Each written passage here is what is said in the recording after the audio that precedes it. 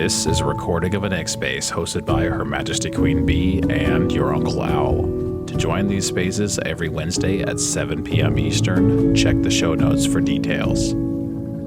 Hey, Uncle Owl.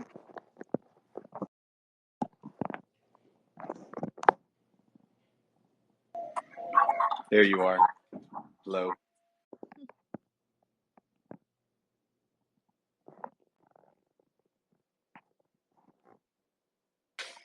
How are you doing? I'm good. I went out to dinner with my dad. Oh, nice. My kids were youth group. My dad's like, Uh-huh. "Want to go to dinner before you're?" I'm like, "Sure, you can take me out. Sure." Nice. All this homeschooling stuff. That's actually like, I'm so close to my parents now because of it. Yeah, that's something Jonathan talks about. The Prescotts. Yeah. Something that I think we'll spend some time on at some point soon, really. But when he talks about all the hours that weren't spent at the federal penitentiary, Right. the school down the street, they were spent in your home, means that you have a much more solid and deeper roots to your relationship that will bear fruit in later years. Yeah, it's bearing fruit now. I mean, my mom's actually at my sister's house visiting for a couple weeks, and she's been hanging out with my nieces and nephews who are adults. Well, one of them's a teenager still, but there's four of them, and so my mom has been hanging out with my sister and her four adult children, and we're all super close. It's kind of funny. I think that it's the way families used to be. And I think we've just gotten really far from that. Just because parents are working and kids are going to school, and just the whole dynamic changed the past, I don't know, 100, 150 years. I don't know how long, 100 years probably.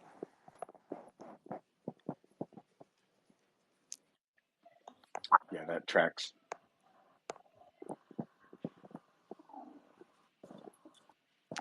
Anyways, what are you up to? I am sitting in my office, which I am happy to report on a recording is an absolute utter tragedy of a mess. That's awesome. Now it might be reasonable for me to say to me, maybe lots of people would see this and say, oh yeah, it's cluttered, but it's not that bad. But to me it is a failure of magnificent proportion. I'm Hello. Hey Nicholas. Hey Norm. Owl, Bowtied, Queen Bee, Homeschooled, Life, SDP, and Smoked Hot Dog or Hot Wings. Smoking hot wings. You guys can all speak. I wasn't paying any attention to my to who's there and who's not. I was just chatting. You guys can all just chit chat with it. How you been, Owl? I'm well, thanks, Norm. Man, it's been a pretty good day. Glad to hear that. I like this new mattress, like having the sleep that I've gotten on it. So I'm telling you, it's like I'm living in a new world, a new universe now. Nice. It's like the images are no longer hallucinating image, like people moving in their photos anymore. It's like cool. it's like I no longer have to guess if it's a GIF or if it's an image. Cause like being so tired that you start to hallucinate. So it's kind of weird. Yeah, sleep is good. I'm glad to hear that. Sleep is important.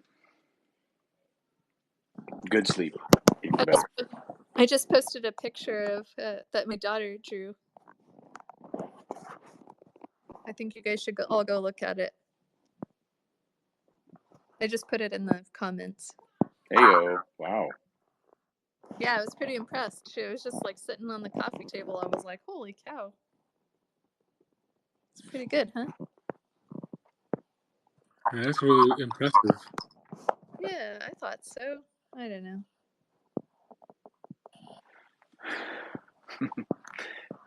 Well, I'm going to rename our space.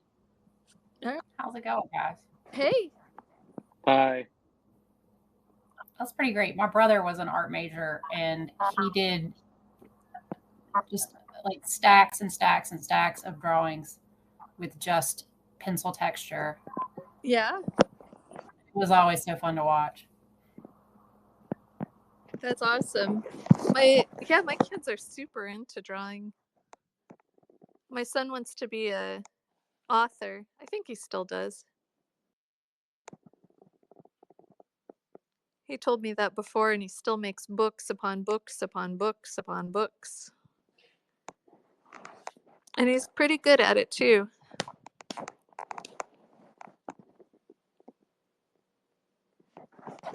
What are you renaming our space to? Did you already rename it?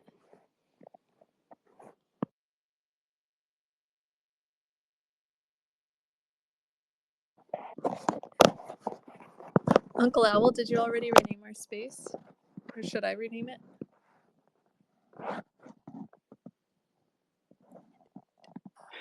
Sorry, while I'm doing it, I can't unmute, so I couldn't Yeah, respond. I'm sorry. Sorry about that. It should be there now. Yeah, it's there. Oh, yeah. Okay. Nice. I like that better. I didn't know what to put, and I was at work when I scheduled it. Ooh, No worries. doggy. I love the doggies. I'm over here printing revised plans for somebody, so I can't unmute and hit Control P at the same time either. Gotcha. Fair. If I start talking to the homeschooling dragon, I'll give you time to respond. So, yeah, today's been a pretty good day. I got the new mattress, and I'm getting a new comforter set soon. And my mom's birthday is coming up soon. She's gonna be 53. Hope that doesn't make any of you feel old. A little bit. Why, you about 53? No, I'm not. Oh. I think Owl's around that age. Is he? I think a wise old owl is about 153. Yeah, give or take a few years. Yep. Yeah, my mom had me when she was 18. My older brother when she was 17, and my oldest when she was 16. Well, We Having were late bloomers. having a young mom There you is a go. really nice thing, though, because you get to have your mom for longer. Yeah, I like that. We're gonna give maybe just another couple minutes. But we can get started. I'm gonna take my headphones off real quick, and maybe we'll give a recap as best we can.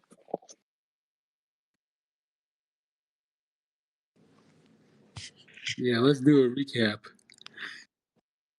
So 2025 started off with a bang. The first day was a Wednesday, and so we had our first Wednesday space on the first of the year, which was great. And Her Majesty and your Uncle Al have decided to spend a few weeks, maybe at least the first couple months, and we want to address what we consider to be the most common excuses or concerns for homeschooling.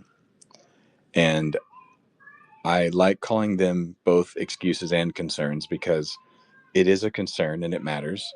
But the two most common ones are actually almost the last on the list of things to be worried about, because there are lots of other things to be actually worried about, and they take time and they take effort, and you have to think about them, and they matter. And these things matter too, but they sort of take care of themselves a lot more automatically than people think. And those two that I consider to be the bottom two, I don't know which one's actually the last place, but last place and runner up for last place are: I'm worried about which curriculum to pick, or I'm worried about socialization. I think both of those are common knee-jerk reactions that people take when they start considering homeschooling, that become easy to accept excuses to stop you from doing the real work of thinking about why does it matter and what are the real things to be considered about how to get started, and why what to actually worry about. Things like how to practically figure out how to be a homeschooled mom, and how to arrange for your children to be doing activities that are in line with whatever you want to pursue for the sake of your kids' education, and those things are worth spending time on. But the easy response is, I'm worried about that my kid won't be socialized. And that actually could not be further from the truth of a major concern. It's the exact opposite. Socialization in homeschooling is a much better environment, and we've been spending a couple of weeks talking about that. The second one is curriculum. I'm worried about what to teach them. And actually, that it should only be someone's concern if they think that they need to be spending 8 hours a day with their 6-year-olds teaching them lessons. And that is 100% not the case. It takes about half an hour to an hour a day for even someone in maybe 10 or 11 or 12, so like third, fourth, fifth, sixth grade. It takes almost no time to go through what are the daily needs for learning. That's so low on the scale, and there are so many good available resources. So we haven't touched the matter of curriculum yet, but we've been spending a couple weeks talking about socialization. I'll say a couple things, and then I'll pitch it back over to Her Majesty to mention a couple things. The number one thing was Jonathan Prescott. The Prescotts aren't here, but Homeschool Life, he definitely talks about this a lot, and he hammers home the fact that the number one socialization is the family dynamic of socialization. Socialized with your siblings, socializing with your parents in a loving environment in the home is significantly better for people and their further development of socialization as they grow up and as they are useful in society, than being thrown into a federal penitentiary. I'm sorry, I should stop saying that. Thrown into the box down the street called school with a bunch of untrained, unsocialized peers, and then you're expected to fight it out and get socialized by a bunch of people who are mistreating each other. That is the worst available socialization, and the best available is at the home. Even I want to say this carefully. Even imperfect families with imperfect parents do a better job of socializing in an environment where they care for each other than being thrown into, for example, a bunch of seventh graders who you're in a room with a bunch of 13-year-olds, and literally everyone's thinking in that room, how can I make everyone else's day be all about me? That is not socialization. That is something else. It's mal socialization. It's not good. And so we've been talking about that. There are a couple more things. I'm sure there aren't a couple more things. There are about a dozen other things. I wonder if Her Majesty will pick up from there and maybe highlight a couple of things we've talked about before, and then we'll get into what I'd like to discuss today. I think the family dynamic is like one of the hugest parts of socialization, just because you have a stronger bond with your kids. Nobody's going to care for your kids like you do. And I feel like that's such a surfacey thing to say, and I'm trying to convey the depth of it. I was just out to eat with my dad, and because I was homeschooled, we have a very close family relationship. My mom is up and visiting my sister in another state, and my parents, my whole family, like, we get together very regularly, and I think that's by far the biggest part of socialization. And so when Jonathan Prescott was talking about the primary and the secondary socialization, so primary socialization is learning how to behave and learning how to be a part of society, and that's so much better when you're with people that you love and who care about you. And so if you make a social faux pas, it's around people who love you and care about you, and you don't have to worry about being criticized or shamed or anything like that. And then there's secondary socialization. And secondary socialization is learning how to behave in the environment you're in, like on the job training kind of stuff. And that's what school offers. And it's not useful outside of school um, because every environment is different. And because school is a microcosm only of itself, it's not useful. It's not a lifelong thing. So primary socialization does happen at home and within the boundaries of not just at home, but outside home with family, outside home with people who the family has deemed appropriate for the kids to hang out with. And so that's a huge and key difference between homeschooling socialization and the awkward socialization of school, where it's a bunch of kids your own age, which is not preparing kids for the real world, because most people don't hang out with people exclusively their own age within 12 months of their birth. Um, it's not an actual learning experience. I think the two layers I would highlight is it is helpful as considering it secondary socialization, and also to add that there is a great benefit to that, but not if they have not had successful and sufficient primary socialization. So if there's not successful and sufficient primary socialization, that secondary socialization isn't happening. It's happening at a time when they should be developing primary socialization. And so it's the wrong order in some sense also. And so that means it's going to be transformationally invalid, transformationally unhelpful. It's going to produce problems and changes because it's not the right time. Now, it doesn't mean it's impossible, and the work environment can very much be related to the social environment of school. But again, 6-year-olds are not expected to be working 40 hours a week. To think that way just makes us all laugh, but that's exactly what sending your child who's 7 years old to the federal penitentiary, I'm sorry, I keep saying that, to the box down the street, um, uh, sending your 7-year-old to the box down the street for 40 plus hours a week is as if you're expecting them to be employees, which you will be when you have a job. But at that time is the wrong time to learn how to be socialized properly for that environment. The primary socialization is first, and it has to be sufficient and effective. And then secondary socializations are more useful because you're able to manage them better. That's an important point. One of the other important keys that we spoke about before, and I just want to touch on it now because we're going to talk about a couple of other things. I'm going to ask a bunch of questions, and everyone has to answer, by the way.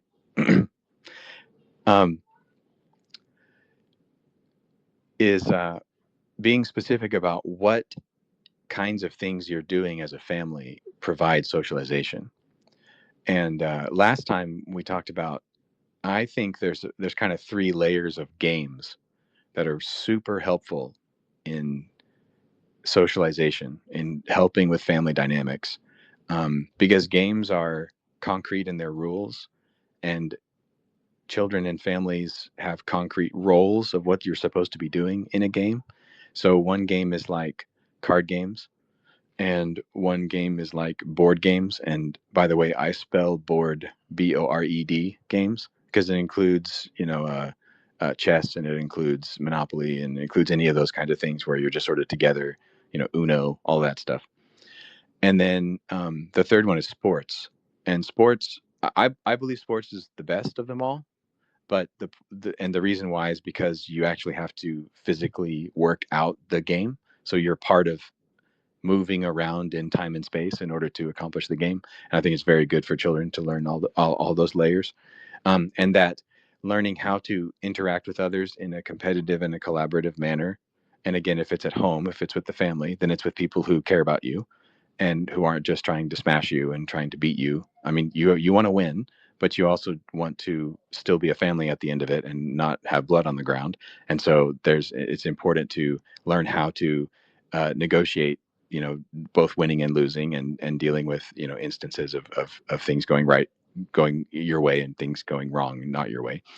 And then and so those are key important experiences, because the roles and the rules are easy for everyone to manage. And that's a very good thought when trying to address something like socialization, because it's very hard to get exactly what you're supposed to be teaching. So if you have it encapsulated in something that they can do, then the socialization is significantly improved. Okay, I've said enough on that subject because I want to talk about something else. But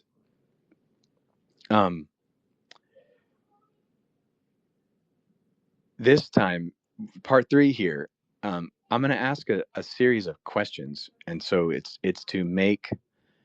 to finally dismantle this major excuse. The major point that people think, or they say, is that homeschooled kids are not as well socialized as government education schooled children. Okay, so if you're doing the following things that we're going to talk about, then that is not only complete bunk, but it will be so much more helpful and wonderful for your children if they have done these things that we're going to talk about, that they will not get in government education. They might get it in private schools if they're small enough and rich enough. But if you're homeschooling, you can do these things.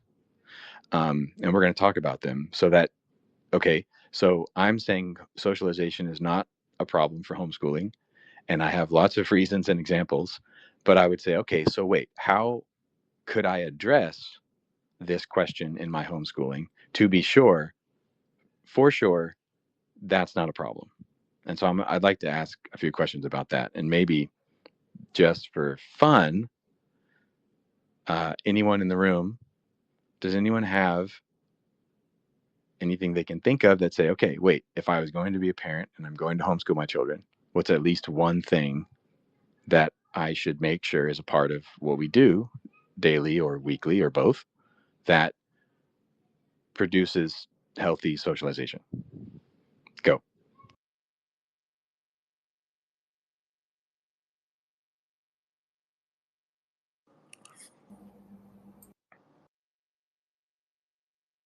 So, what is something that you could provide that could be considered healthy socialization? Yeah, to accomplish healthy socialization. Yeah, good.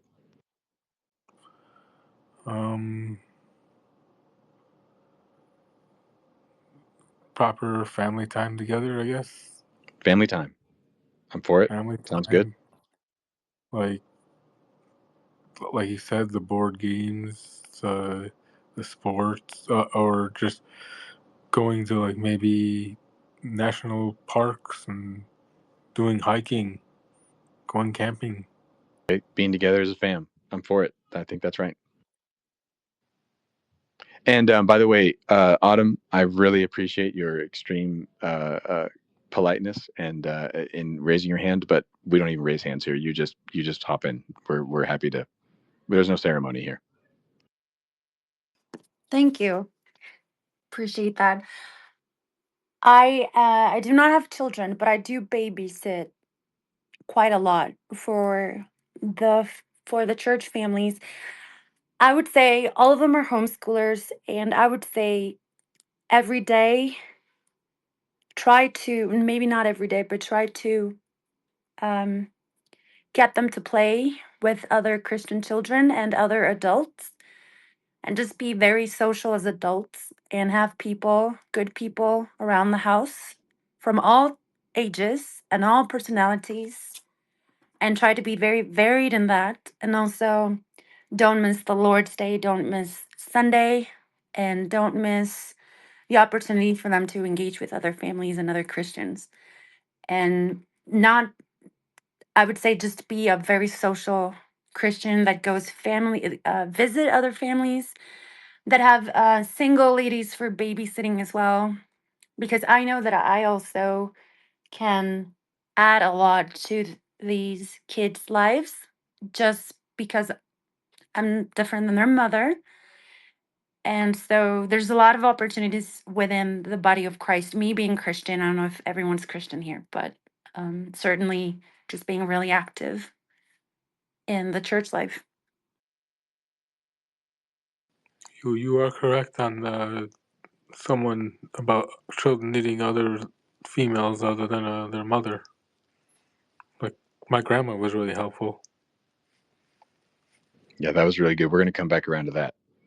We are going to come back around to that. Anyone else? Suggestions, ideas, thoughts? Maybe that you're already doing.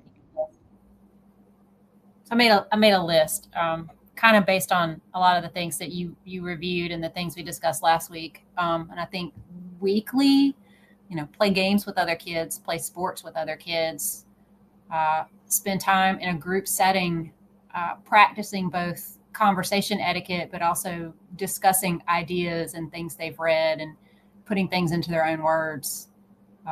And then, play games as a family, spend time outside as a family or with other kids, people of a different, age groups. Fantastic.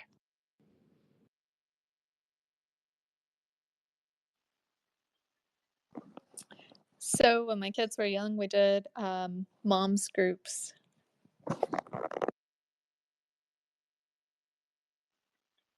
So we did like MOPS,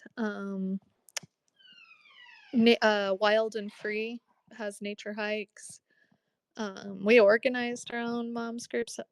So like museum outings with friends and like botanical gardens. And I think I had every museum membership possible when they were young. So just getting out and going with other moms and kids. Yeah, so in that same vein, my wife is a part of a bunch of different like homeschool groups on Facebook and stuff. I don't use Facebook, but she does that for me. But they're always organizing get-togethers and events. Like every year they have a big event at one of the pumpkin patches and the Christmas tree farm. And then that way it's just all of our kids get together and play on, whatever the pumpkin patch has, like a giant play structure and stuff. And it's all age groups from babies up to high schoolers. All the kids kind of intermingle and they get socialization that way. And then something I do as often as I can every week is it costs a small fortune every month, but I have a gym membership and I pay for all my kids to have a membership where they get to go to like the child watch thing. And so they get to hang out with kids there, and most of their best friends they met at the gym, and we would have never met them otherwise. So that was, that's a cool thing. And we always arrange play dates. Oh, little man, I was giving him a bottle and he's done, so he's getting grumpy. But just getting the kids out to do stuff. There's play dates, there's the gym, there's sports, just socialization that way with other kids. And generally, like Uncle Al was saying, the age range is wider than if they were all sitting in a class with everyone the same age.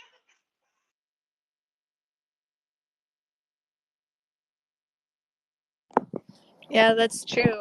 The way it usually worked with my kids is the older ones would start watching the younger ones. Pretty soon you have like like tween age girls watching the toddlers and babies and holding them and playing with them, and the moms get a chance to talk and hang out and just kind of watch from the sidelines. That's always a fun time. Yeah, we have a sort of a wild and free group, and then even with the bike team, we have a 4-year-old, so along with all of the 6th through 12th graders, we have her in the mix, and everybody, girls and boys, get to play babysitter and get to do what she tells them to do. And it's really great to see not only just the girls kind of practicing some of those behaviors, but to see the boys doing the same thing. I love that. Okay, I'm gonna say a couple things, and then there's gonna be another question. But one thing that Autumn touched first, which was once you've vetted the family, the adults and the children that you could go be around. Once you've vetted them, then get together, right? My favorite thing to tell everyone is that number one job of early education is to renew the old-fashioned traditional laws of child labor and indentured servitude. Have them clean your house, have them go to other people's house and clean that house, have them get together and mow lawns and clean the baseboards and dust things off and cook meals, and everyone will love it. Okay? They will love it. All right? And once you've vetted them, get together as much as you can and be a help to one another. Okay? That's the first thing. When they're together, they're going to cause enough trouble. If they're cooking, they're going to learn some numbers and some measurements and some probability. If they're, uh, talk about socialization. My goodness, train them to be servants. All right, sorry, I mean what I'm saying, but anyway, that's kind of a funny way to say it. Okay, then the second thing is, take them places. Take them to the store. Take them to the museum. Take them to, visit the baseball stadium. Take them to visit sports events or things like this, because they'll learn how to be in different kinds of environments. You don't walk around and act the same in a museum as you would at the grocery store, and you don't have to act the same in your own personal room or your own backyard the way you might want to at the library or at the museum. So talk about, once again, socialization and mal-socialization if all they ever do is go to the federal penitentiary. I'm sorry, the box on the street that's just has 4 concrete walls where they're supposed to sit in the chair. They're not being socialized in very normal human environments. So taking them to those places is a big deal. Taking them to each other's houses is probably the biggest one of them all, so that they're learning how to be, around each other. That's awesome. Absolutely correct.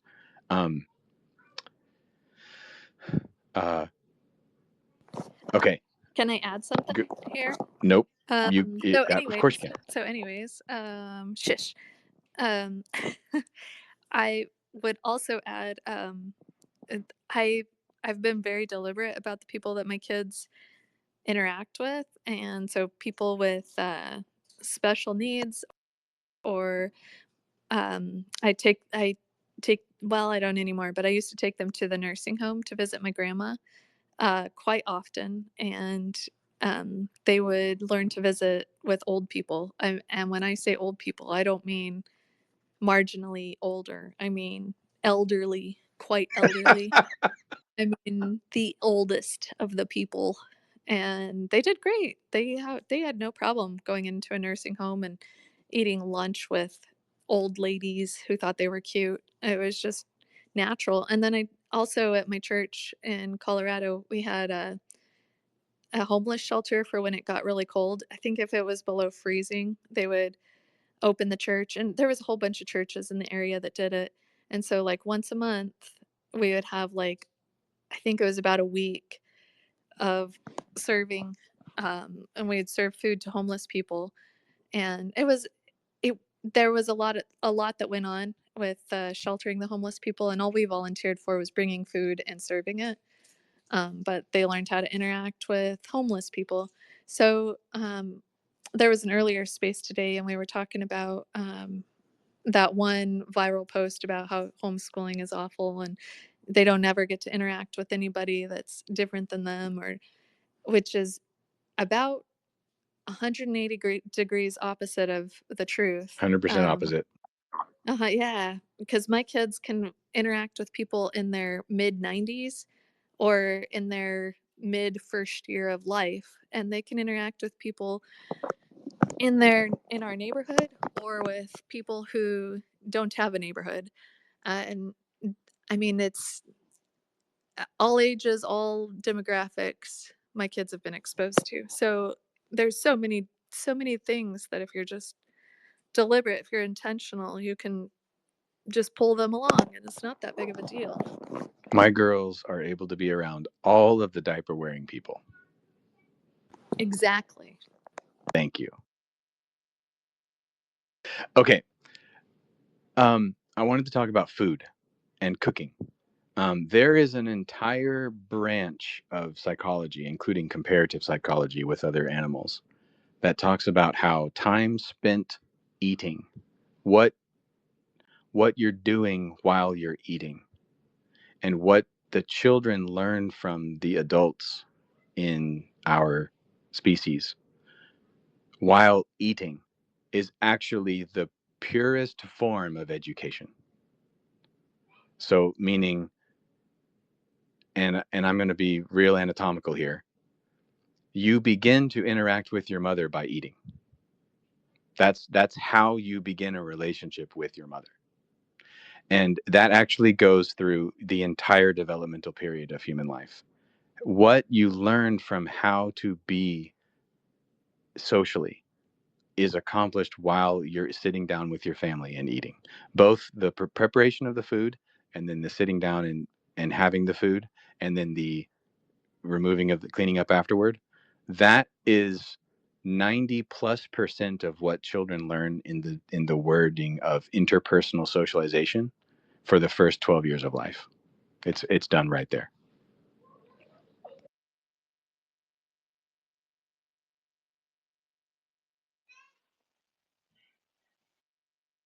Pause for effect.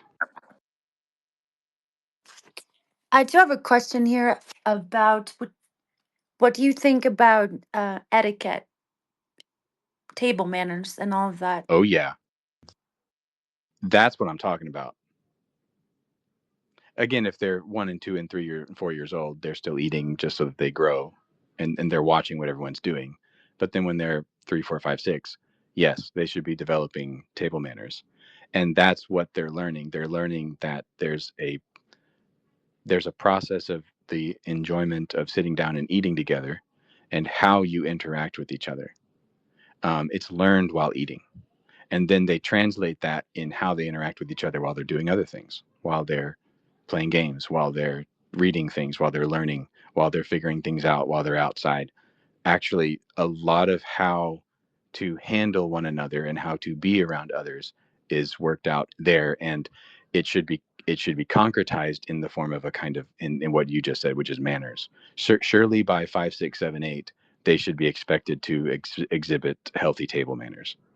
And so, yes, but the point is that is learned in that environment, in that context, much more than almost any other socialization.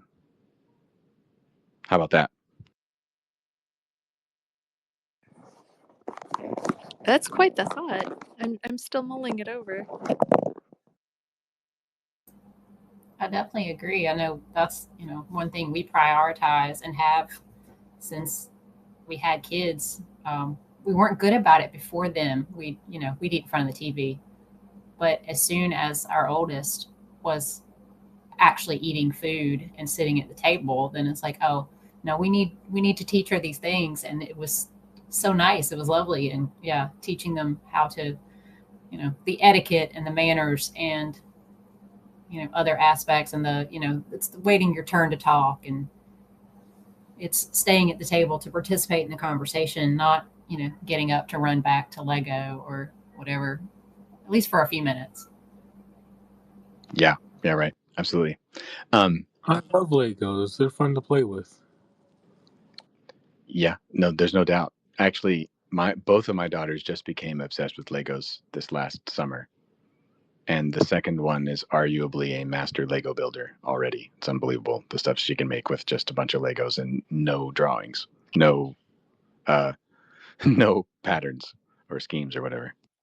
But I'm more of a Mega Bloks person. I play with those actually. There you go. Love that. Yeah, they're fun to play with. Excellent.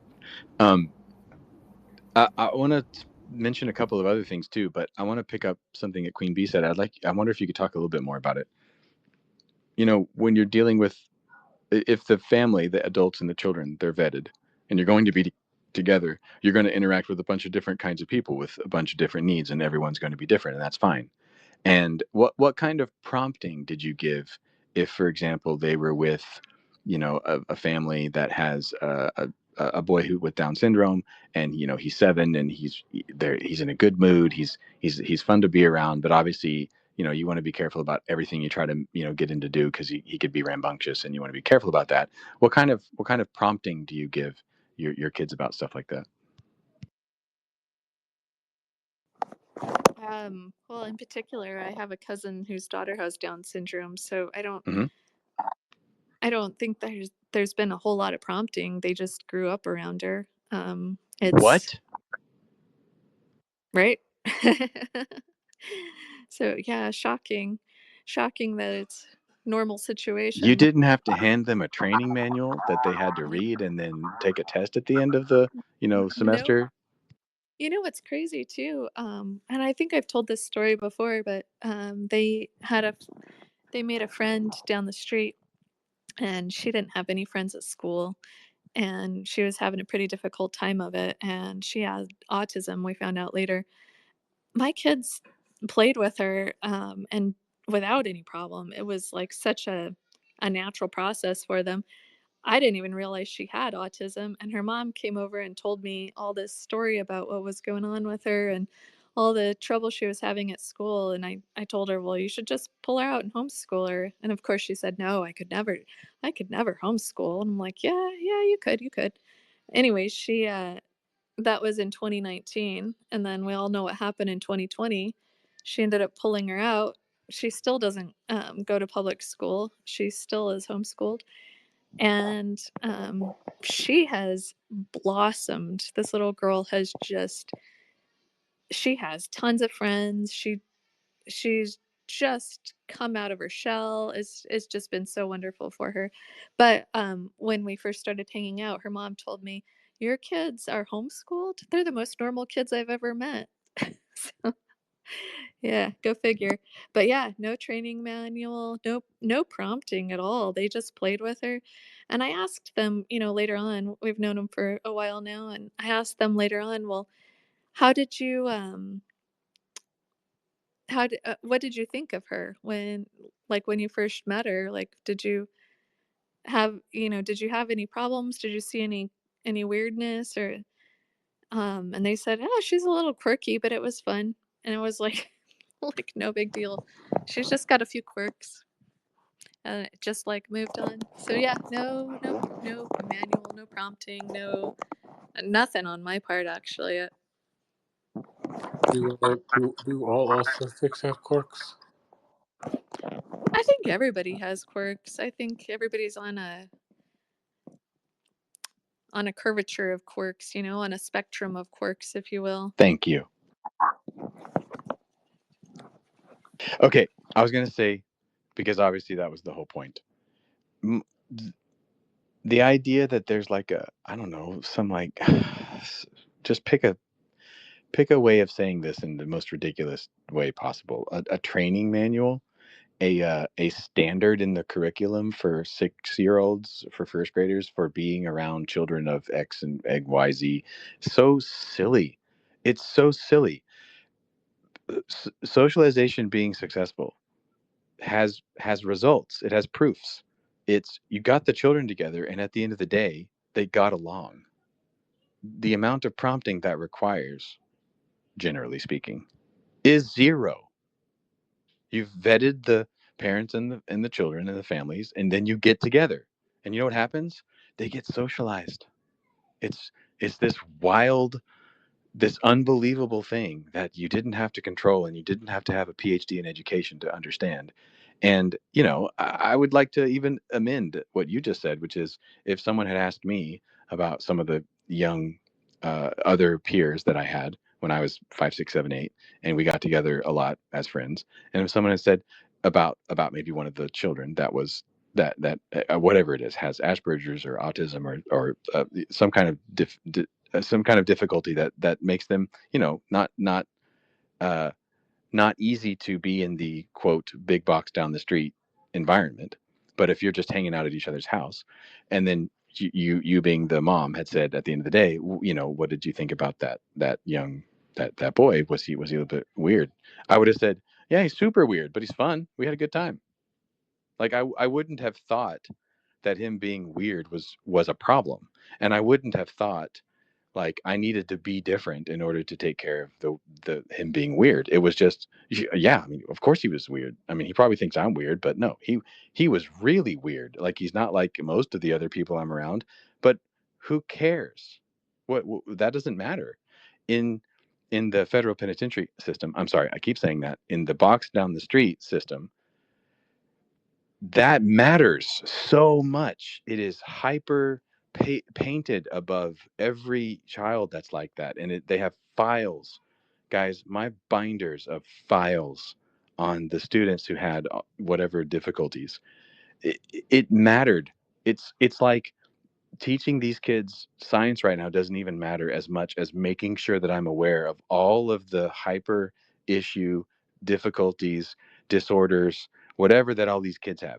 Whereas if you're just kids around each other in the middle of the day, in the way of homeschooling, that matters 0%. It doesn't matter at all. It's not important. It's unimportant. It's trivial.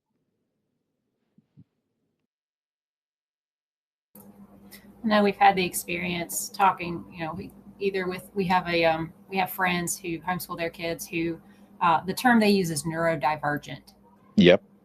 And they have different neurodivergences. But like you say, I think everybody's got their quirks. Everyone is someone else's weirdo. But from interacting with them, interacting with kids on the fight team, everywhere, I hear a lot, and it always I swell up when someone says your kids are so kind. And really, that's like that's what I think you were getting at. That's what it comes down to: is can you be kind to people no matter what they look like, no matter how they act, no matter you meet them where they are and you're kind. Perfect. And Perfect. I definitely have seen that not happen in the box down the street, as you say. Mm-hmm. Oh, that is most definitely Owl and Bowtie. They are most definitely kind, especially towards those who have learning disabilities, such as myself.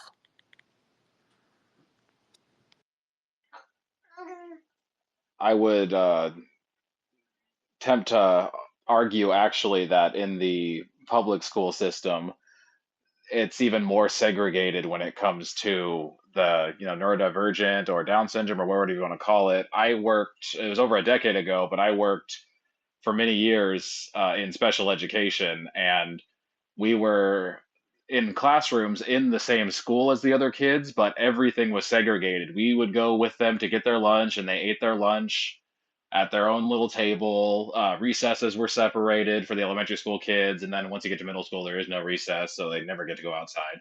I mean, our class did. We got to go outside, but the other kids were never out there.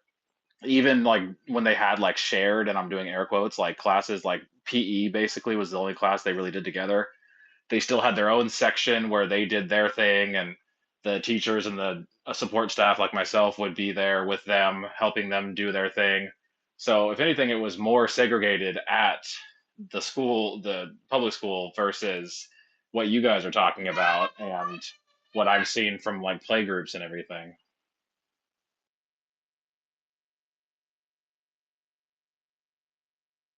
Yeah, actually, that's the second side. The first side is it's hyper focused on. It's made a much bigger deal than it needs to be, and the kids don't know how to just get along and be kind to each other.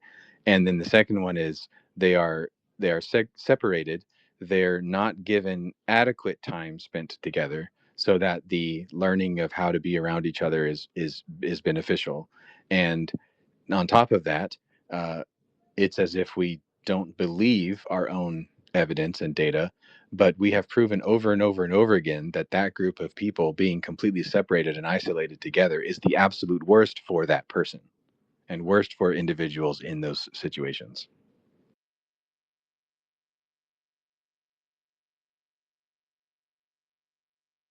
They just need to be in the backyard of some friend's house, getting along with each other's kids and including the mistakes, including the problems that produces. And then just people move on. They get over it. They apologize. They figure each other out. They stay friends for, weeks and months and years. And all of those things just get ironed out and everyone's fine. It's not a problem.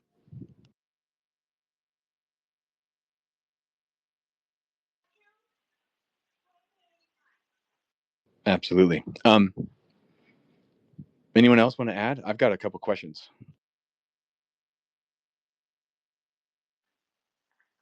I just wanted to throw in, I guess, kind of a circle back, but I was busy changing diapers and doing doing some things. But as far as the table manners and socialization and all that goes, one thing that we do every single night without fail, and we've done it for years, is when we all finally are sitting down for dinner, we go around the table and everyone says what their favorite part of the day was. And it's become such routine now that even our 3-year-old will sometimes be the first one to bring it up and he'll just start saying my favorite part of the day. And I mean, we even let the baby join in, or not the obviously not the youngest one, but the 2-year-old. She likes to kind of she'll just say, we usually repeat her siblings, but she's part of the conversation, and we go around the table. They all say that, and if one of them had a particularly hard day, sometimes they offer that part up because we were doing that before, but kind of fell out of the habit. But we would ask them what their favorite part of the day was, and then we're like, okay, what was something that was kind of hard today, or like your least favorite thing that happened today. And sometimes they have a least favorite and sometimes they don't, and that's fine, but they always pick whatever we did that day their favorite thing. And it's also enlightening as to what like impacts them during the day, because we could have like the coolest day, go to the zoo, go get ice cream, all that, and then come home and they'll play with their friends outside for like half an hour. And then when it's time to say their favorite part of the day, they'll be like, oh, my favorite part of the day was playing with so and so outside. And then we're just like, okay, great. And then one of the other ones brings up like, I like going to the zoo, and they're like, oh yeah, I like that too. And so it's kind of interesting to see where their head's at. But doing that every single day, and it doesn't take long for them to catch on and just start enjoying doing it and offer it up. We don't even have to ask anymore. Absolutely. Amazing. I love hearing that.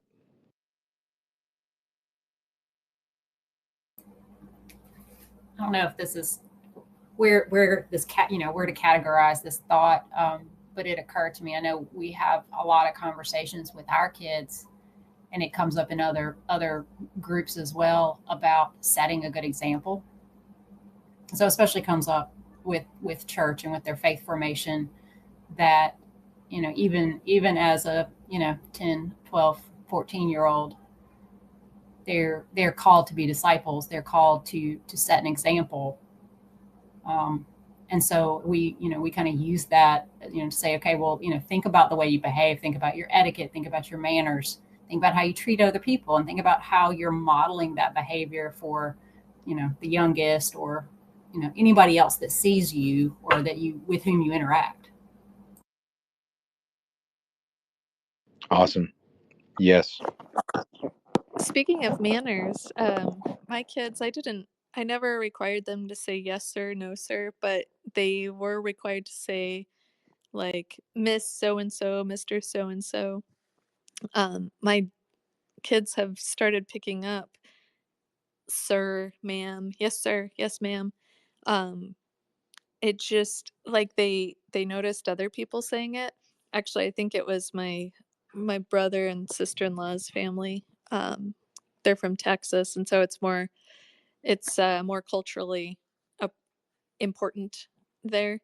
And my kids have noticed people saying it here in the South, and so they've started saying it. And somebody told me the other day, "Oh, it's just so sweet how your daughter comes up and when she talks to me, she calls me Mr. So and so and yes sir."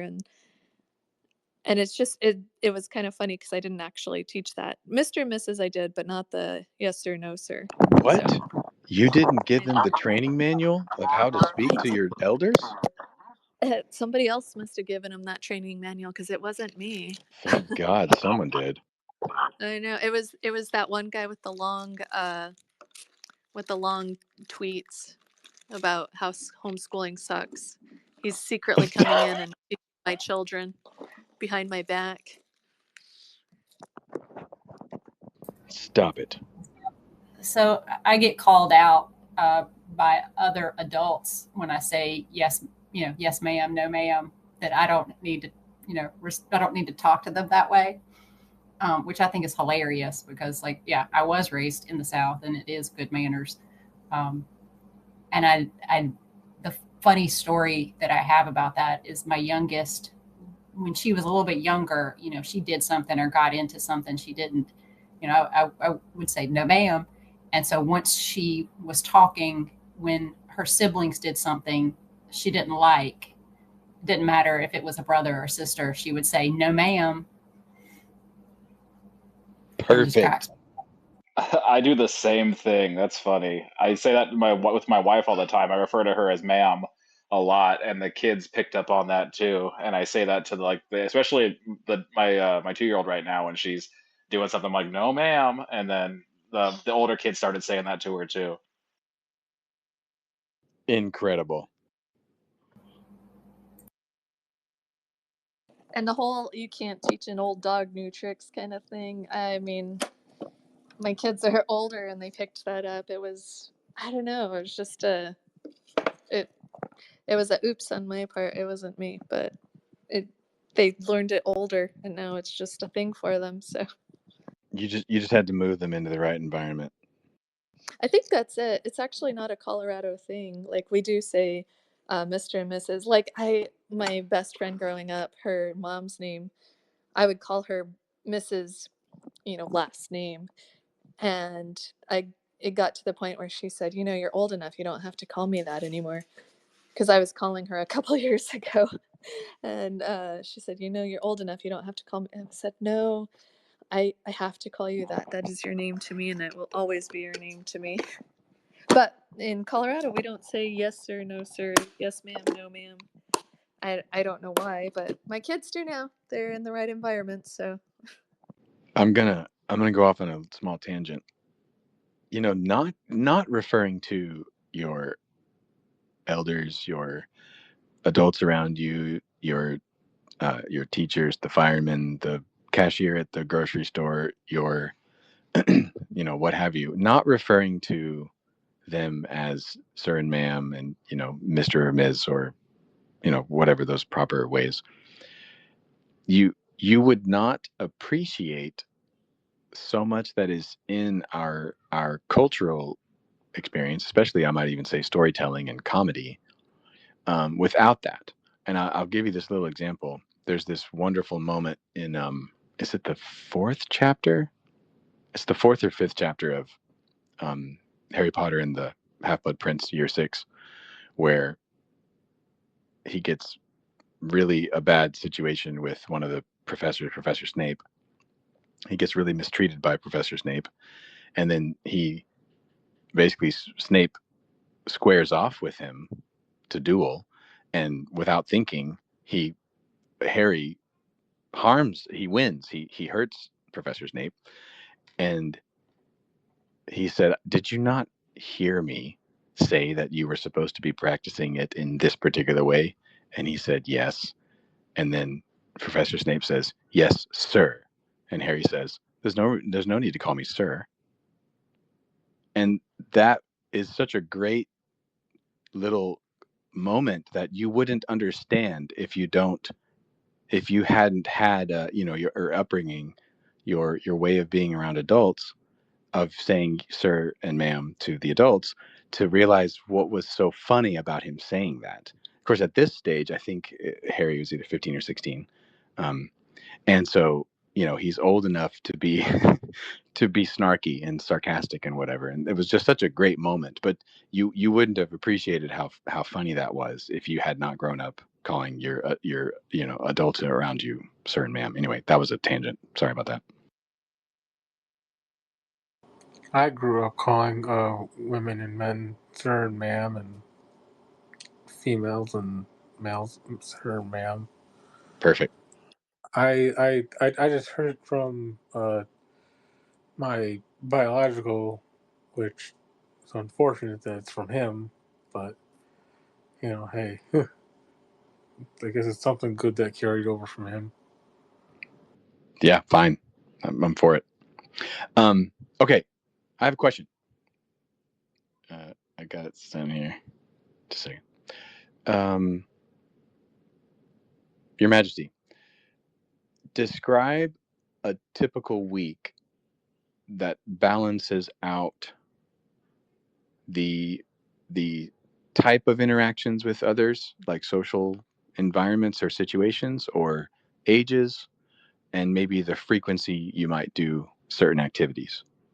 To go walk through like a week, a nice typical week. And if I could make it what you're doing now, but it might be fun if you were to pick like an age range that's before age 12. Like what was on your agenda? Okay, that narrows it down. I was gonna so there was a few years in there when my kids were ranging in age from probably 2 to 7. I would work Monday and Wednesday. So on Monday and Wednesday, I had a nanny that came over. My nanny was a close friend that also had children. She had 2 kids, and she would bring them over. And um, her her son is actually still very close friends with my son, and so that's how I worked, by the way. Also, I had a nanny. So 2 days a week was hanging out with them. One of those days would take them um, to visit other friends. She would take them to the park or to a museum. Like I said, we had all the museum memberships, or to a friend's house. And it was usually friends that we were all friends together. I had kind of a core group of friends that hung out. So she would take them to hang out with friends or go to the park. Or so that was Mondays and Wednesdays, and on Tuesdays we went to Wild and Free, which Wild and Free is a homeschool group that does organized, usually hikes. It's usually something outdoorsy. So we had organized hikes once a week on Tuesdays, and Thursdays we'd stay home. Fridays, we went Thursdays was somewhere. indentured servitude days where everyone cleaned the house. Every day was indentured servitude days Thank where God. people every day still is. And yeah, and age appropriate indentured servitude. I mean, helping me unload the dishes as opposed to now where they are responsible for the dishes. That That didn't is need to be their said. We got coal to mine. Get him to work. No, I mean, we get like I said, now they're responsible for the dishes. I don't do the dishes anymore. That's their job. Um, but yeah, so Thursdays, I don't remember what we did. We didn't do something every day. Usually I would save like one day for us just to be at home and one day for us to just go out, just us. And if we went out, it would be to a park or to a museum. My kids did a lot better when we would go out. like at least every other day. Saturday and Sunday were family days, and those were set aside specifically just to hang out with Dad. And Sundays, church. Yeah, that's about it. That's it. That's as far as our outings. I heard you say something about days where you didn't have anything to do. That is inappropriate. Children should be sitting in desks doing worksheets 24/7, 45 plus hours a week. They need to put in some overtime. How could you not have had them? What? They obviously didn't receive an education, clearly, because you weren't putting them to work. None, zero. I mean, honestly, especially in the elementary age, you don't need to do that much work. We did. Define you don't need to do that much work. So we would sit down at the table and do math. Sometimes they would do math on a worksheet, but it was usually they actually enjoyed the worksheets and they would ask me for them, and we got to that point they asked me for them. But in the beginning, we'd do things like count beans or cook or do something physical to do math, and then we would read.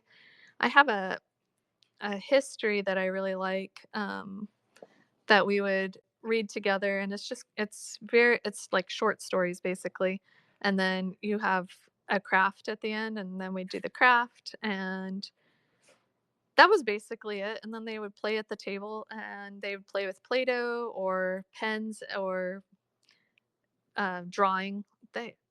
So they went from playing My Little Pony, because I have 3 girls, and so they would play My Little Pony, have tea parties, play with slime, play with Play-Doh. Play-Doh, I made so much Play-Doh. I would just make it, and then they would sit around the table and make Play-Doh, make their little fingers just go into town and their little voices, and it just cracked everybody up. It was just the cutest thing. And then they went from that to drawing, and they have not stopped drawing. They basically draw all day long when they have a chance. And That I've got a rule. yeah, that's by the about way. That's a rule that I haven't ever told you that I have as a rule. Never What's give the a rule? child a worksheet that they didn't ask for. I love that. I love that. They actually asked for them. I have a book, and we used to play a lot of math games. My primary way of doing math in elementary before they started asking for worksheets was we drove a lot because we kind of lived out in the suburbs in Denver, and we'd drive to downtown Denver or down south, or and while we were driving, our primary way to do math was in our head. So they knew how to add and subtract in their head, and we were doing 2 and 3 digit numbers, adding and subtracting, and then multiplying and dividing, and that was our primary way. And then they started asking for worksheets. My daughter, That's both of them have asked for math books, like worksheet books.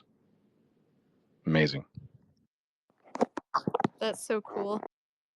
Math, you see, is really good because they play with it. You don't really need their manipulatives. You can use beans or jelly beans or marshmallows or chocolate chips or Things you whatever can kind of eat are always the manipulatives you winner. want.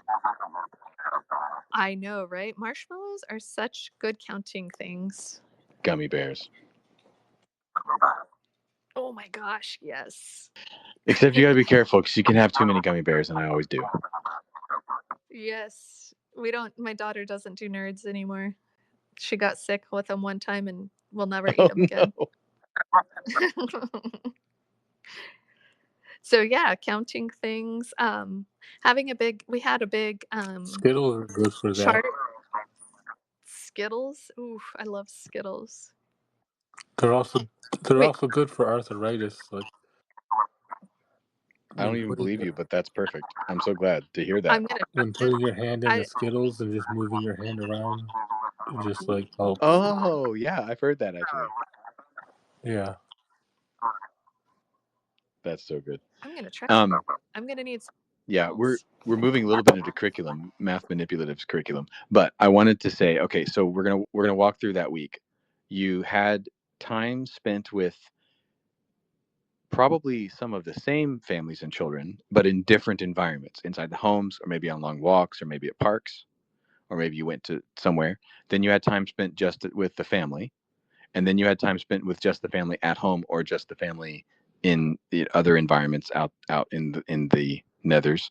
And the point that I would make, or the reason why I wanted to hear you describe that, is you did not set out to make sure that the question of socialization was covered, but that covers socialization in many different environments in the context of people who care about you. So you're around vetted parents and their families and children and yourselves, each other, and that will work out how to interact with each other, how to learn to be healthy around each other. I actually have a funny story about that. So we would do all those things during the day, and as soon as we got home, when the other kids were off of out of school, my kids would go out and play with the other kids. And one time I was standing out on the sidewalk talking to the neighbor, and we were fairly new to the neighborhood at the time. And my three girls were playing with his two girls, and he said, "Oh, so you homeschool? Well, how do your kids socialize?" As my children are playing with his children. I was like, "Well, I don't know, but they don't seem to be having a problem with it right now." I mean, I see I my mean, kids it was. feeding your kids, so I don't know. I don't know how they socialize. We just keep them inside the house all day, as you can see. I mean, it was so ridiculous. That's the only time I've ever been asked in person about socialization, and it was the stupidest timing of all time. Amazing. Okay. Next question. And the next question everyone has to answer.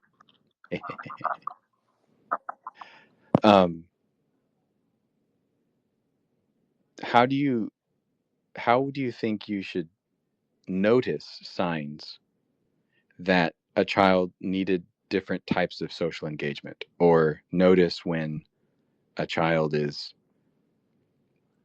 not necessarily behaving the way you'd like in certain situations, and how would you address that?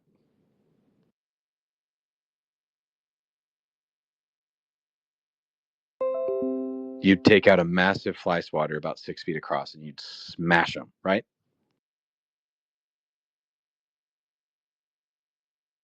No one else does that. So, you're saying how would we figure out that a kid needs different types of socialization, Or right? you could say, what are some indicators that your child is behaving a certain way? And for example, in one social environment, it seems to be just fine, and then suddenly they're in another environment, and then you've been in that environment 2, 3, 4, 5 times now, and it does seem like they're reacting poorly. How would you address that?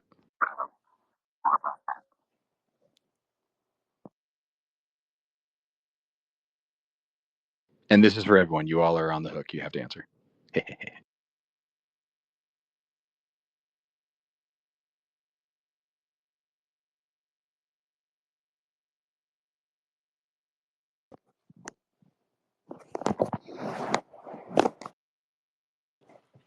I guess I'll start answering, maybe jog some Good. ideas. I had a little patient a couple days ago, and not little, he was 16. And I walked into his room. I had to pick him up and bring him over to the surgery area. And he was just as friendly as could be, just talkative and not your normal teenage boy. And sorry, my dog. Shh. Hey. Um, and I found out he was homeschooled, of course. I asked him, "Oh, are you going to get out of school for this?" And he said, "Oh, I'm homeschooled." I was like, "Yeah, of course you are. I should have known.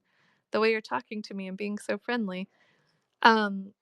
So I think that the opposite of that is when I know that they need more socialization of that type or need help with, and the opposite of that would be, well, of course, the direct opposite of that is I go to pick up the patient and he's afraid to talk to me, or he's not very friendly, answering my questions with yes or no, not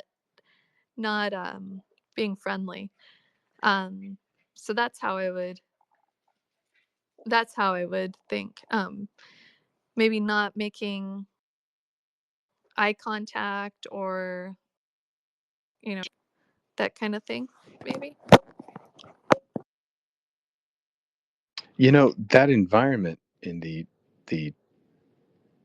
medical environment probably is its own specific environment, that where some of those differences could be personality differences as much as habits and behaviors in social situations, just to point that out. But I think I'm thinking more of like my own kids in like 3 or 4 different situations, and then one of them I noticed that maybe my second daughter, we've been in that situation 3, 4, 5, 6 times, and it does seem like she's clashed and caused some problems over and over again. And so I'm starting to think to myself, what should I do about that? So with that kid in particular, I think that being in the medical, kids don't usually react to me well, when they're about to have surgery. And Yeah, I don't like either. another kid that I mean, adults don't necessarily either, right? Exactly.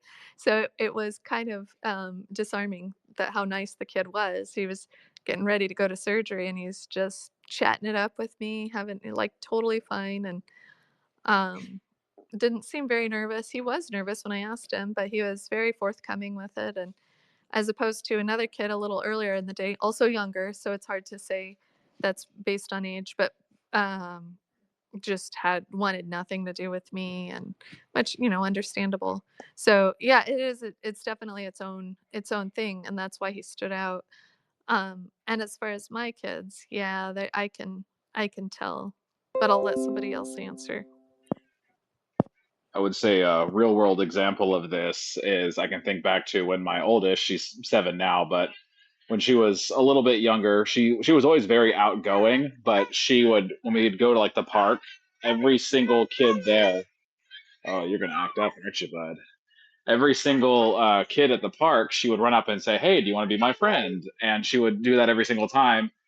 And one day I saw her looking kind of sad and pouting, and it turned out that I guess one of the kids said no. So probably public school kid, but they said no to her, Stop it. and it kind of like ruined her whole day. And so they're like, but I think a big part of like detecting that is just being present and actually like watching your kids, not being on your phone when you're out in these situations. Because the majority of parents I see at the park are all on their phones or whatever. But anyway, so I picked up on her body language because they give the cues. If you know how to read them, then you'll win. But basically, I just had a talk with her and told her that, like not everyone's going to respond the way you want them to in every situation. And if you ask somebody they want to play with you or be your friend and they say no, then you have to respect their decision and move on. And, that kind of fixed it that right then there in the moment. But she had a few more interactions like that, and it kind of upset her every time. But as she progressed, it didn't seem to bother her as much. And there's still times now we go to the park and some like, some boys will be playing together and they don't want to play with a girl. So they'll kind of ignore her. And she just lets it, roll off her back now and continues to do her thing. But it used to like devastate her. What? You mean you didn't have a conflict resolution meeting with the parents and sit those kids down and tell them, hey, when you have a friend come up to you and say, hey, will you be my friend? The obvious answer is yes, and you need to learn how to get along with my kid. I contacted my lawyer immediately. Excellent. That's right. I want to see some legal action. Hey, I just wanted to throw in 2 cents on this. My daughter is not shy by any stretch of the imagination, but when I notice that she's kind of shy in a certain environment, one of the things that I've found that I need to do is check how I'm responding to the environment too, because she plays off of me quite a lot because we hang out a lot together. So if I'm kind of nervous or quiet or something like that, I find that she's kind of the same way. So yeah, that's my way of noticing it. And then as far as addressing it, usually what I'll do is, just sit her down and say, "You okay? What's going on?" And sometimes she's just not into what's going on, but sometimes she's like, "I don't know, I just don't feel comfortable."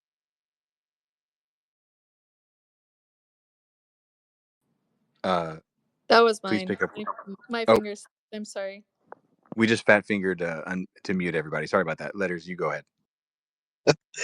Uh, yeah, I was just saying that my daughter is not shy by any stretch of the imagination. So um, usually, if she ends up being awkward in a certain situation, I found that I have to check how I'm responding to it because we spend so much time together that she kind of plays off me. So if I'm like nervous or something along those lines, I notice that she kind of ends up being nervous as well. Or if I'm quiet, she tends to be real quiet. And so that's how I can usually tell if there's something going on. But the other piece of it is that if I see that, I usually just go, "Hey, you okay? Everything all right? What's going on?" And engage her as soon as it's just us two. And sometimes she's just not into it. Sometimes she's like, "Yeah, I was a little nervous." "Well, I'm here. You're good." And usually that perks her up. So, that's been my experience with my daughter. We'll talk about Harry Harlow's studies on that later. Well said.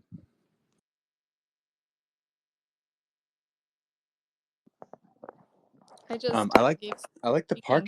No, go ahead. I was just saying, I let a couple people speak. So if you guys want to say anything. Yes, absolutely. I like the park example. Secret pro tip: when you go to the park and there's a bunch of families and kids there, which family should you possibly approach? Which parent should you possibly approach to see if they live nearby and might be interested in being around? How can you tell? The one that's not on their phone. That's number one. You know what number two is? The one that's actually playing with their kids. That's the third most important one. Absolutely. The second one is that their kids play well with the other kids. And then the third is that they're not sitting on the bench. They're standing out in the play area, right? Not being a helicopter mom. They're just around. They're just nearby while their kids are around. So the mom, for example, that is in the middle of the play area, just watching everybody do their thing, not on their phone, and their kids are getting along and playing with other kids. Winner. Ding, ding, ding.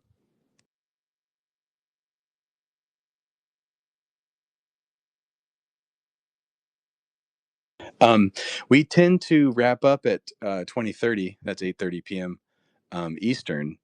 We probably should, for the sake of everyone's time, just care for everyone's time. We probably won't go too much over that, although this discussion probably could keep going for a lot longer. Does anyone have any final remarks or some final questions that we could address before we stop for the evening? Well, I just wanted to say thank you for allowing me to have a voice in this space tonight, both Queen Bee and Owl. Thank you for hosting a space where people can have a voice. And you are all both really kind people, really sweet.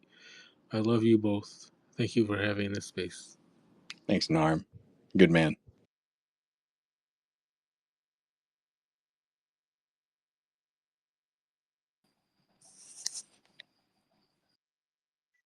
I was gonna say it's less of a question and more of a statement, but in regards to that fella that decided it was a good idea to trash on homeschool stuff, I was looking through more of his content, and he seems to be just I mean, I'm not trying to be political here, but he seems to be of a certain political persuasion, and he makes it his mission to troll other people that have opposite views of his. His YouTube channel is, I mean, he's not a small person. We'll say that he's a very big account, but he mostly looks like he's trying to outrage farm. And I mean, obviously, it's to the effect, it's working to some effect. I mean, I even fell for it a little bit and had a back and forth with him, but I think that the best thing to do, aside from obviously us, we can dismantle it amongst ourselves and try to reach people that can be reached. But as far as he goes directly, ignoring him would probably be the best thing to do. Like the space this earlier today, it was a good. Like he was in there and he was really trying to get somebody to let him speak, and I'm glad that he was not able to do so. But I think in the future, probably best to block and forget that guy. So two things about that. One is that he actually had the opportunity to request, and the guy that was leading the pod or the space would have. He said he was waiting for him to request, and he was gonna okay it and have a discussion, but the guy never did. Also, he had a few cronies in there that they didn't request to speak either, and I suspect it's just because like they don't really have a leg to stand on. But two, I'm not too worried about it. He's not verified, which means that he might be getting views, but he's not actually making any money off of that. So I don't know. I'm not too worried about bringing him attention. I don't really want to bring him attention. Like I reposted something and quote tweeted it, and then I thought, nah, I don't want to do that. I'm just gonna screenshot and do it after that. But I don't know. I'm not too worried about it. He's not actually making money off of it, but I'm definitely not going to go on his YouTube. Oh yeah, for sure. I didn't watch any of his videos. I think there is a way to hide your blue check mark. I don't know if they took that away or not, but there was before. But definitely, yeah, he's just I in the comments it sounded like he was trying to get people to let him speak because he kept saying that. But obviously, if he had the opportunity, then he's all talk and no show. But yeah, Yeah. I think in the future, if I see him again, I'm just probably gonna block him.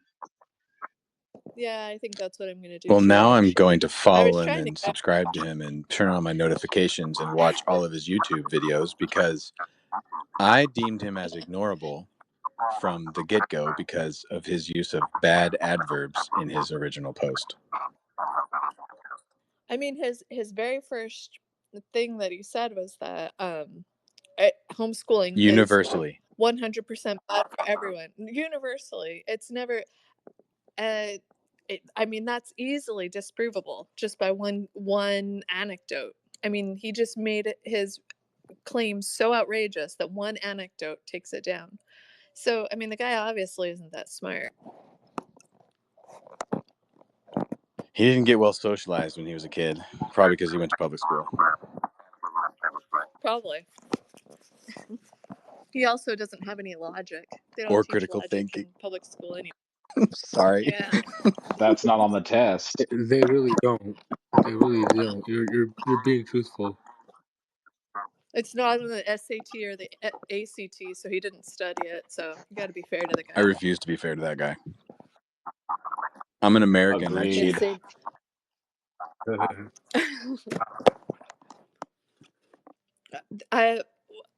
Where were we talking about that? About cheating? Like the people that cheat off, they're actually the smartest ones because they're learning from somebody who knows better. And when you go into the real world, if you actually want to learn something, you have to go to the people who know it. It was just such a. It's so great. Actually, there's some proof behind that, but a complete anecdote, Really? totally unrelated, but it's on the same line. 9th grade. Hello, greetings from the Gambia, West hi there. Africa. Nice to meet you. Meet you too. Yeah, how are you? How are you all? We're great. My name is Yusfa, and I'm here living with my two siblings. So I just want to tell myself to you guys too that I am an orphan. So right now I really need help. So I'm here suffering with my family. So right now, at the moment, it is very hard to me. So, and I used to go to the bush to find firewood to go and sell it to have. Yusufa, could you get in contact with me maybe by DMs after this? But for the sake of our space, we're gonna move on and get back to what we were talking about, because we're actually trying to wrap it up here pretty soon. We usually stop it at 8:30. So I won't forget about you. Thank you for coming to see us, but we're gonna, just for the sake of the space, we're gonna move on and talk about something else. Okay, quick anecdote. 9th grade. I was a brilliant underachiever. I was on the ABCD honor roll, and but I would basically ace the tests, but I did no homework. But in 9th grade, I had a friend in my geometry class, and she let me copy all of her homework because that teacher graded on completion. So all you had to do was complete it, and she knew that I knew it, and she didn't care. She was a really close friend. It didn't matter. I just copied all of her homework, and so I turned in her homework, and all of it was graded on completion. And then we'd get the tests, and I would nearly ace the test. And then about halfway through the year, I realized that my friend that I was copying off of was making like mid-low C's and D's on the test. And I remember just after the middle of the year, the winter break, the beginning of the second semester, I went to my friend and I said, first of all, I'm sorry. And second of all, I'm not going to copy any of your homework anymore. And if you want help with any of this, you just let me know. And she was like, actually, I don't really care that much about geometry, so it doesn't matter. But I stopped copying off of her work because I felt so bad that I was getting a better grade in that class than she was when I was absolutely copying off of her work to be successful doing that.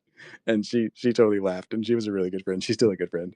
And but that would definitely meets the way the real world works, which is if you can get a better grade off of cheating off of someone else's work in the real world and it doesn't get you in trouble, then why wouldn't you do that? But again, that wasn't very that didn't instill great integrity into your Uncle Al. What did was me going to her and apologizing and telling her I'm not going to copy off her stuff anymore. And I didn't care. The rest of the semester, I think I got B's and C's because I still did really well in the tests, and I probably even started doing a little bit of my own homework. I don't think I did very much of that. So anyway, that was a fun little story about cheating and copying off people.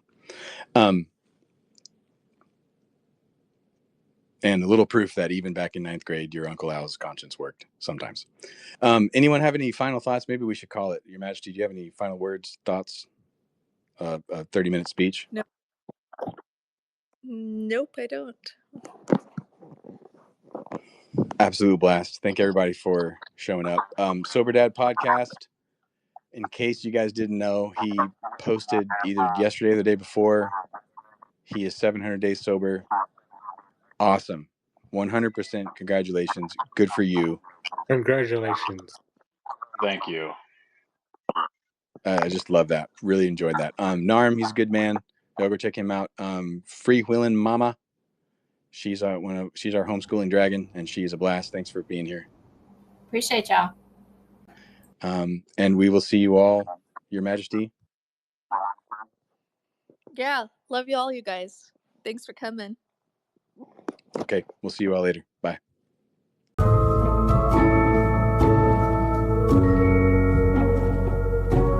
Thank you for listening. If you'd like to contact us, please check the show notes and don't forget to subscribe to the show wherever you're listening to this.